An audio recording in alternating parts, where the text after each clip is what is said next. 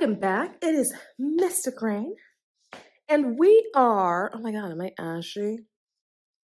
So, welcome back to the channel. It's Mystic Rain, and today we're going to be doing something that's a little bit more vloggy because I'm actually running a little bit late for something, and I just had a moment. I just had a download, and I'm in a moment of existential. I don't want to call it a crisis, but in a moment of like just a whole lot of epiphany. And before I leave, I'm trying to wait for Duchess to finish her business outside so I can go about my day. But okay, so listen, I was laying in bed, right? Literally like 20 minutes ago, thinking about how I wanted more money, right? You know, I'm not shy. I'm not one of those people that talk about shy talking about it. I love money. I really do. I like abundance. I like prosperity. I like stuff. I like a lot of it, right? And so I was like, how do I get more of that? And it just hit me like this one sort of like massive download where I realized, and I'm still working through everything that I picked up. So I don't know how it's going to like come out, or if it's even going to make any sense because it's downloading actively, right? We have this thing as we're like in society where we say, oh, stay humble, humility. And you know how I feel about humility and the fact that I just don't agree with humility. And people say, only take enough for what you need. You know, don't worry about money. Don't worry about stuff. Don't worry about houses. Don't worry about cars, because when you die, you can't take it with you. People always say that, like when you die, you can't take it with you. And so somehow, some way, right, we just go, yeah, okay, that makes a whole lot of sense. Yeah, that makes sense. But then I had like this epiphany where I realized literally all ancient civilizations bury the dead with their stuff. They bury the dead with their money, their jewels. They give them tools and even food for two reasons: for the afterlife and for the next life. All ancient civilizations do this or did this. But somehow, some way, when we reached our civilization, we stopped doing that and weirdly adopted this ideology that you can't take things with you. So the question I now have is, what did they know that we don't know? You're telling me for millennia, you buried the dead with their stuff. People didn't even take it. You have like royalty who would die, and instead of the family snatching up the gold, buried them with it. So they had it for their next lives because they would need it. So why do we feel like that's not the same for us? So then that got me thinking, well, shit, bitch, where the fuck did you leave your money? Because when I really started getting into it, I was like, okay, like energy cannot be created or destroyed. Okay, sure. Money and wealth is a form of energy. It's a flow of energy. It's an energetic resonance. It's an energetic vibration. It's an energetic frequency, right? It's energy. If energy cannot be created or destroyed, and let's say you have a lifetime in which you had something, not necessarily rich, you just had a little bit of money, right? And then you die, why do we have this assumption that it just disappears? If it can't be created or destroyed, where did it go? If it was yours, if it was an extension of you, then wouldn't it still be an extension of you? And you have to think the amount of lifetimes that we've lived. Not all of them we were poor. And even if all of your lifetimes you were poor and you only had a nickel to your name, think about the compounding effect of that nickel over an eternity of lifetimes. It's like interest. It's still yours though, because it can't be created or destroyed. So where did it go? Then I also started downloading that, particularly this is for people that like work with ancestors, right?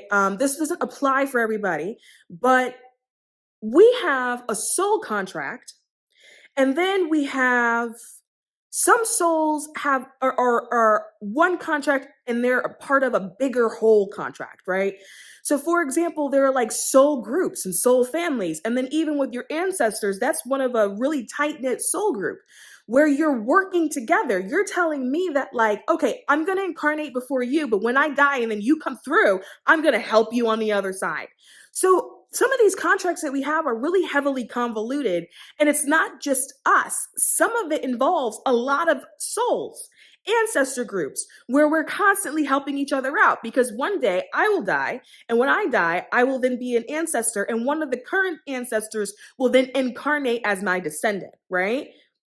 Why would I leave them hanging? I mean, I wouldn't, right?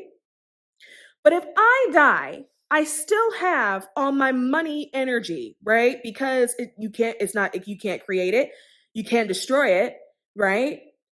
So it exists. But if I'm on the other side, and a place where that 3D energetic frequency doesn't work on that side, then having that energetic stream sit dormant is actually really inefficient. So wouldn't I hand it over or like lend it to my descendant for them to use while they're incarnate, since they actually have an ability to use the energy and I don't, because I'm on a side where that energy isn't necessarily useful? And if that's the case, why wouldn't the ancestors do the same for you? Because they also had some kind of money. Even if they were poor, over all their eternity of lifetimes, and even if they only had a penny, there's still a compounding effect. But on that side, the energetic frequency isn't really useful to them. So why wouldn't they give it to you to use in this lifetime? Because all the soul contracts are connected. Part of the soul contract is to complete it, to win, kind of, right? Don't you have a better chance of winning by having access to all of the resources? And what I channeled was that this is really big for people specifically that are working with ancestors as part of like their life mission, right? So anyone that does spiritual work as part of the mission, or I mean, maybe it's not spiritual work. Maybe there's other kinds of work out there that require the assistance from ancestors. To be quite honest, I'm not really sure, right? But let's say you're doing work that requires the assistance and they're helping you, and it's part of your soul contract, and it's also part of their soul contract. And let's say, in order for you to finish the contract, i.e., win, which then helps them finish parts of their contract, which allows them to win, why would they not confer onto you their resources to use when they can't use it from where they currently are? Because energy cannot be created or destroyed. And if money and wealth is a form of energy, then that means that it already exists. We spend a lot of time trying to figure out how to create additional streams, right? Like maybe if I get another job, or maybe I can like up my salary. Maybe I could pick up some side hustles and I can increase my income flow that way. Maybe we have been looking at it wrong. Maybe it's not about trying to figure out how to create these opportunities for ourselves, and just simply remembering that we left our energy stream in some other lifetime somewhere, right? Because even with me, I know that I have had a lot of lifetimes, because I can remember some of them, where I was poor. But I also have had lifetimes where I was royal. I remember being a princess in one of my lifetimes. We had money. We were the only ones with money. Everybody else was poor. But if energy cannot be created or destroyed, then where's that money? You understand what I'm saying? And so if we're trying to like work with the energy, maybe it's about remembering simply that you left it, and that it's just now your time to recall it back to you. And maybe you just simply do that by intention, by waking up to the fact that the energy didn't die, and that you simply recall it back to you. Also, because we know that ancient civilizations buried their dead with their money, jewels, food, whatever. Why are we assuming that at one point in time we weren't the dead that was buried with our money? So if we were buried with our money previously anyway, so we can use in our next lifetime, why are we not using it in this lifetime? Food for thought. Anyway, I'm going to go now. I got a Reiki section. I do Reiki once a month. It helps with my mental health and to keep from burning things to the ground. And I'm going to go continue my healing for the day. But I'm going to leave you with that because I think it may be something. actually, what I'm going to say now is I have absolutely no idea how this video is going to turn out. If the video randomly goes black, that means I stop downloading. If you start to see random clips just pieced together, that means it's just happening and I can't do anything about it. And so I'm just going with the punches here. But look, another thing I just realized. We do the same thing in this lifetime, we just do it a different way. When we die, what do? We have a will and testament in which we confer or give our stuff and our money to our descendants.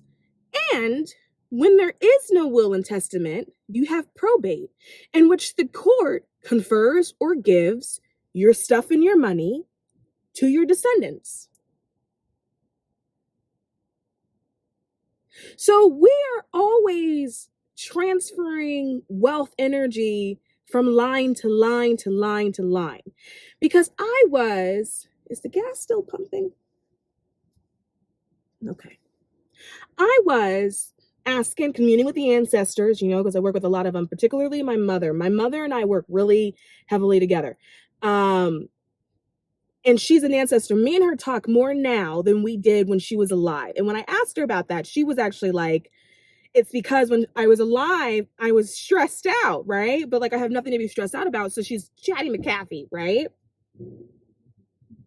Okay, hold on. The gas stopped. Yeah, but I had asked, why was she and the rest of them just so active? And it just kind of the sentiment behind all of them was we just have work to do. And my mother and I's contract isn't done, right? And so what I've learned is that me and her soul contract is not complete with me in this lifetime. So part of our contract, she had to fulfill on that side and I fulfill on this side. And I get that because knowing how life was when she was alive, knowing the things that she went through when she was alive, there is no way she would have been in a place where she was empowered enough to get me to where I needed to go and to assist me in my journey from this side. She had to be on that side.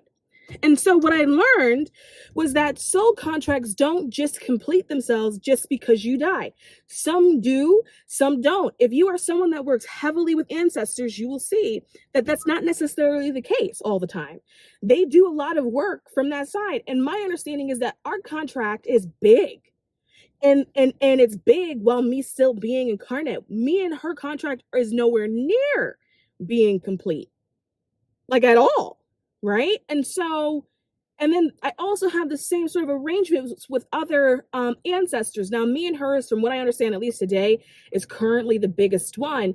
But my sister, for example, has come back a lot recently. There was a good 4 or 5 year period where I could not contact the bitch, right? I tried to summon her and everything, and she just wasn't having it. And I actually remember asking my mother, where is she on that side? And was just kind of told that, she's just having fun and she's just learning. But she's back now. I also have a grandmother that's back that wasn't very active as an ancestor, and a grandfather who was back. And this grandfather wasn't a grandfather through blood. And so I had never considered him to be an ancestor because he was never a blood grandfather. My grandmother had just remarried, but he's actually part of the group. And so that also helped me learn that just ancestors are not just blood relatives. Ancestors can be anyone that's part of this particular soul group. An ancestor can also be a friend, because I also had a friend a while ago now, who that committed suicide, who is also popped in every once in a while, that didn't do that before. So they're all sort of starting to step up because we all have things to do, and it's part of their contract too. And I also too learned about spokespeople. They're spokespeople. But I'm also really hungry, so I'm trying to get to McDonald's because I'm going to be late to where I'm going to go. So I'm going to go to McDonald's first, and then I'll come back. Okay, bye. I really need to stop saying bye in a panic. Get myself together. Okay, so look, I heard that there are spokespeople for different lineages.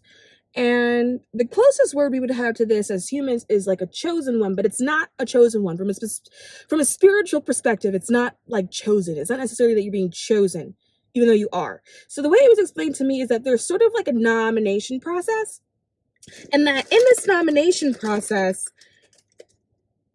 people, you're nominating who is It's like just having a spokesperson for the lineage is essentially what it's like. This is like the person where all the ancestral wisdom that's from the lineage will run through, right?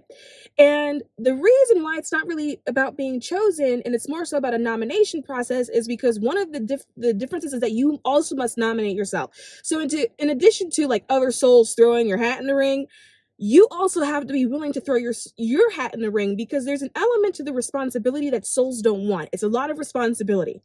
And it's like putting a high school kid in all college classes. It's like getting a freshman and then like putting them in like all like senior level college courses, right? And they don't want that, because in order to do that, you have to go through a lot of shit in life in a very sort of condensed amount of time. It's like learning, but on overdrive. That is the only way you would have enough time to then be able to turn around, flip it, and then use it. And then typically, it's really only going to go to people that are going to use it for a large group of people, because why would you want to put yourself through hell if you're not going to use it for a lot of people? And so there's a nomination process, but you also have to be willing to nominate yourself. And people don't want to go through that. People don't want to actually... They don't want the job, because the job is just a lot, from my understanding. It's a lot. However, the person that becomes a spokesperson, because I was told that for my lineage, I was a spokesperson, and I was like, ew, why? Like, why would you do that? And they were like, well, you also kind of did it. You also kind of agreed to it too. And I said, well, what am I supposed to be speaking about? And it wasn't necessarily that it was like one topic in particular. It's just the mouthpiece of the lineage, right?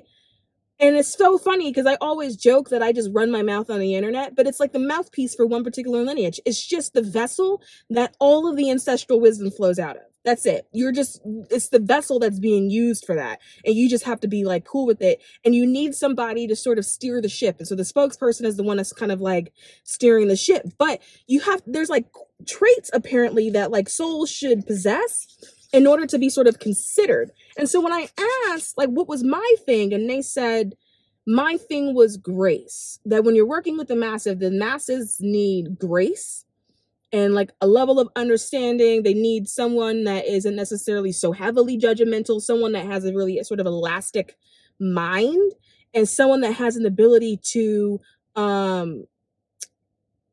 see many perspectives, right? Because if you step into that role and you're so closed, you're not going to have an ability to aid anybody, and you're only just going to end up frustrating yourself, because you're going to be like, why is everyone like this, right? And so it's someone that needs to be graceful and merciful, and there's just traits. And by the way, the traits are decided by lineage, so it's not across the board. It's not like in order to be the spokesperson every lineage group wants those. It was just my particular soul group went, oh yeah, those are the ones that we like. But it's different per different soul group about what they would like. And then apparently there's like this deliberation process that can take lifetimes. And then, oh gosh, because it's still downloading right now, because I literally had just asked, does the role change from person to person to person? And they were like, it can, but not often. Not often. It kind of just sits with one person. But when I sit and I remember my other lifetimes, I've had a lot of lifetimes in which I was like an advisor, and particularly in like an advisor to like a king or a queen, or like a village chief, tribal chief. I served a lot of lifetimes where I was the head advisor. And so it's really interesting now that in this lifetime I do the same thing. I just do it with either different subject matter or in a different kind of way, but I still, for a lot of people in my life, even in the 3D world, serve as an advisor. In my family, I've always served as an advisor. I've always been the baby of the family, but they've always come to me and said, what do we do? And I always listened to it.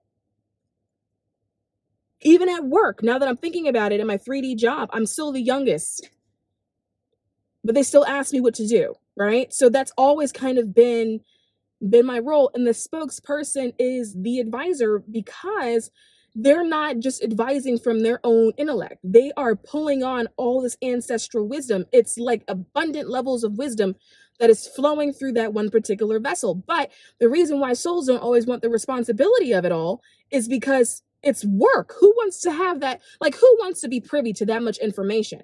The more you know, the more you have to do something with it. So people don't want it. However, there's a pro to being the spokesperson, right? The pro to being, oh, by the way, I got my McDonald's. So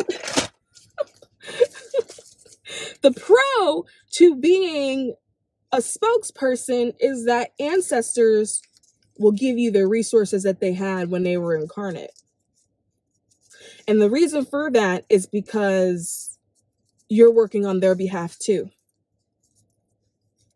So in order to help you better, to make sure you have all the resources that it is that you need, they will then lend or give you their energetic streams, i.e. the wealth energy stream, the money energy stream, the stuff energy stream. You just end up with stuff. And this is really interesting because I've had times in this lifetime where it was really difficult, where I didn't have a job, where I didn't have any money.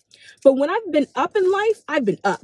Like, I've never been like my bounce back game is mad hard. Like, I bounce back hard. And my older sister, because I have two sisters, one of them is on the other side, right? But my older sister that's on this side, she always would make comments about it. Like, I just don't know whatever it is about you. Like you always are succeeding. Like, you're always winning. Like, you're always getting things. And I low key think that there's like a sibling rivalry thing. I mean, I love her. It's not like a problem for me or anything like that. But I've always noticed that it's always been this sentiment of like, I don't get those things, right? But like, you always get these things. And because I've always ended up with like contracts or like money or something like that. And she's been like, that's not been me. But so, and from her perspective, she thinks I get it out of luck. Like, I remember one time she said, you're so lucky.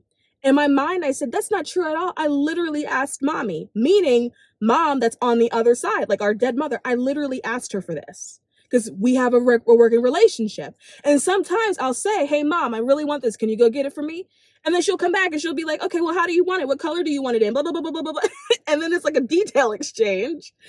And then like, I'll wait and then it'll manifest. And not everything manifests immediately. Like, sometimes she'll go get things for me.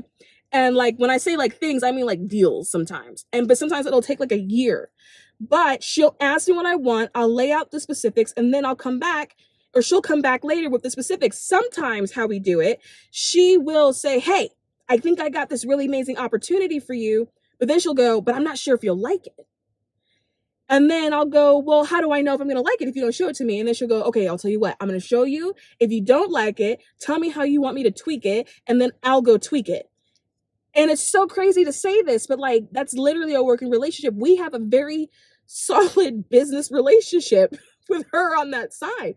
But from other people's perspective, it looks like I'm just shitting out luck, you know, or that like I'm like a star manifester. And even though I'm a pretty good manifester by myself, because I am a manifester human design, I'm also a one life path. I get a lot of help. I ask all the time, and it's a running dialogue. It's not even asked in a way that's like a prayer where you send up a wish and you don't hear anything back. I have a running dialogue with my spirit team at all times. And so, like, apparently that's a thing with the spokesperson, because it's also in her interest that I succeed in these areas, because she also has like unfulfilled things on her soul contract. And because I'm the spokesperson, it makes me like the representative of the lineage, right? And so some of the ancestors come back and they fulfill and they do things through me to complete and check off things in the soul contract, their soul contract, which is why my soul contracts are so big, right? But some of you guys are also like spokespeople for your ancestors. And also too, a spokesperson isn't like someone that breaks the curse. We have this thing where we're like, oh, we got to break the curse, the ancestor curse. I don't know if it's not a curse thing. It's just a thing. It's not about coming and redoing everything. It's just a role that you adopted. Just like some people adopt a role of mother, and some people adopt the role of father, and some people adopt the role of sister or brother. It's just a role that you adopted. And another thing I'm just downloading right now, another reason why people don't necessarily switch the roles up in their ancestry, like why spokespeople don't hop from one spokesperson to one spokesperson to one spokesperson, even though they can, right? It's not like there's a rule that prevents them from doing that. I feel like I can't breathe. I'm talking so fast because it's just coming out. Oh, these are old.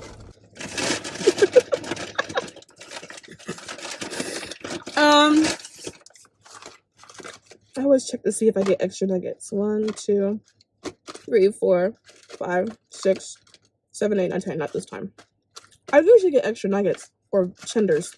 So the reason why a lot of times souls don't switch it up, it's not because there's a rule on it. It's just because when you become the spokesperson, you just, through lifetime after lifetime after lifetime, you just get good at it. It's like a practice thing.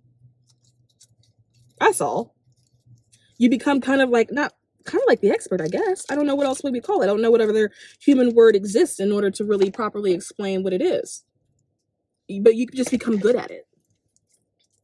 So you just do it often.